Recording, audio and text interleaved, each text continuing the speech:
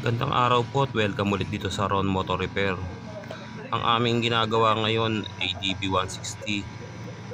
Ang problema nito yung gumigewang siya na parang flat. Tapos kung meron kayo narinig na tumutunog, dito rin yun minsan pagka nalulupa kayo. Ayan, kasi yung rubber link niya pudpud na. Bali yung bakal niya umuumpog na sa chassis. So yan yung problema niya. Tapos bali ang papaltampal namin dito itong rubber link saka yung engine bushing. So ito po yung mga ipapalit natin, mga original parts. Ang madalas na napupudpud yung ibabaw. So ito na yung engine bushing na ating Sa ADB tanggal lang lahat ng kaha sa likod. Mahirap kasi siyang dukutin mga boss kaya mas maganda talaga kalas talaga lahat. Ang ginagamit naming engine bushing yung pang Kimco. Mas mura kasi siya, tapos matibay din naman. Parang mas matibay pa siya kaysa sa stock ni Honda. Kaya yan mga kinakabit namin, kahit sa click puro yung pang Kimco.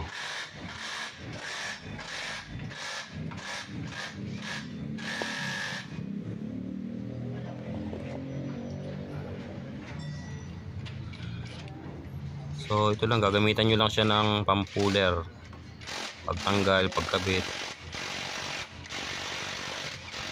Pwede naman siya ikabit kung may puller ka na. Mas marami lang talagang kaha na tinatanggal, baklas, gano'n. Yun lang. Doon lang siya natatagalan.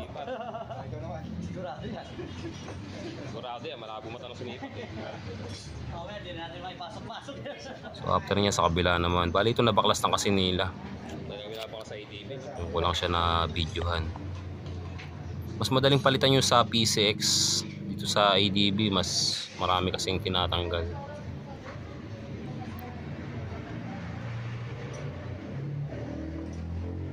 Pati throttle body nito tanggal Kaya yung mga gustong mag DIY, medyo mahirap-hirap po itong DIY.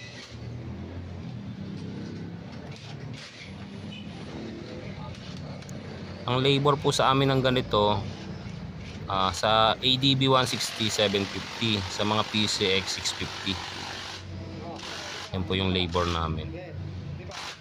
Mas mataas sa ADB kasi yung pagbabaklas ng kaha mas mahirap siya, mas marami.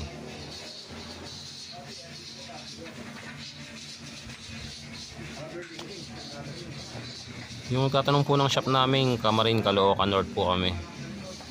Malapit lang sa may City Hall. Tapos may branch din po kami sa Deparo. Dating Caltex Deparo, malapit po doon. So ito naman yung kanyang rubber link.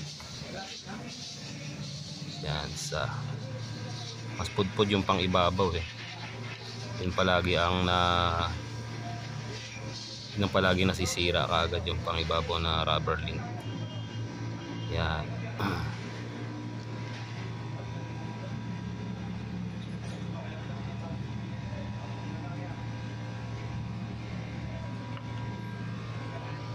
Meron na rin kami na ikabit mga bossing, yung di ba meron na yung bakas makapal. Meron na kami na ikabit nun Hindi ko pa yung feedback niya ngayon kung matibay siya.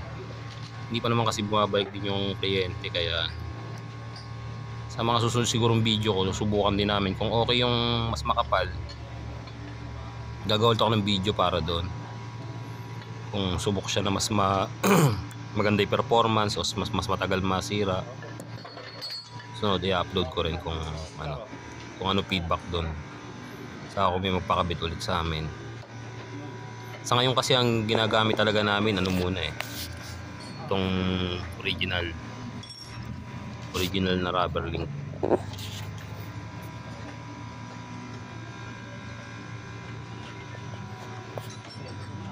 So bali ito kinakabit na ngayon.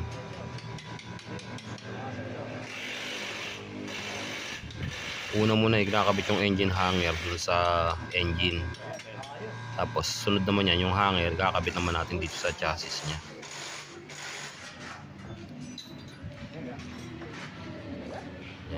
Diskarte lang. Alug-alug lang ng konti. Yung isa muna ang patok nyo. Isa lang. Yung muna may rubber link. Bali kaya naman to ng isang tao, pero mas maganda kung mga dalawa kayo para mayroong hahawak. May magsisentro, hindi kayo masyadong mahihirapan.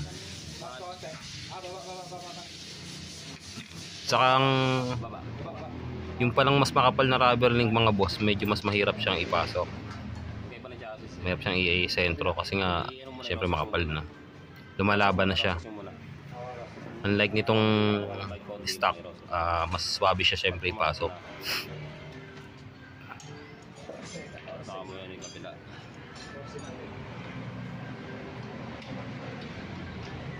Lalagay ko na lang pala yung address ng shop namin dyan sa description.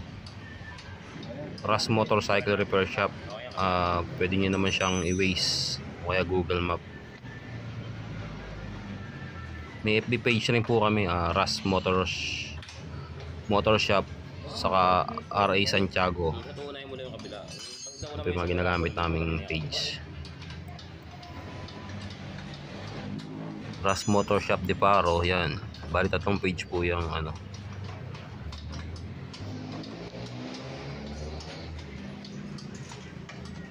Kung may mga naramdaman po kayong ganyan, pwede kung malapit lang po kayo sa area namin, pwede nyo pong idaan para maipa-check nyo. Free check up naman po yan.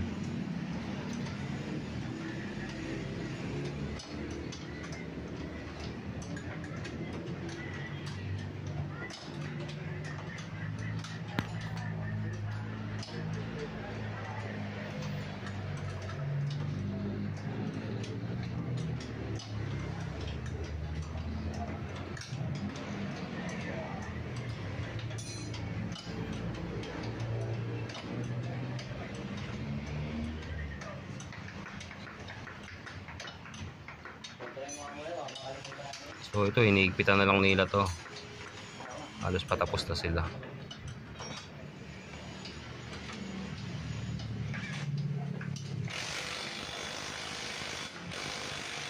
Dalawang 14 kasi yung tornilyo niya kabilaan.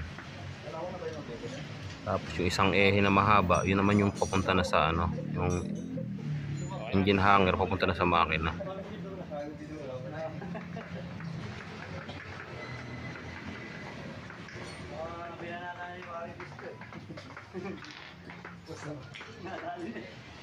Pero kung magdi-DIY kayo, yung talagang kayo lang gagawa, mas maganda tanggalin yung lahat ng kaha. Yung mas madali-dali siyang kilusan. So ito na nga siya mga bossing, at nailagay na yung kaha niya at naikabit na rin. So hanggang dito lang po yung aming video. Maraming salamat po sa panonood.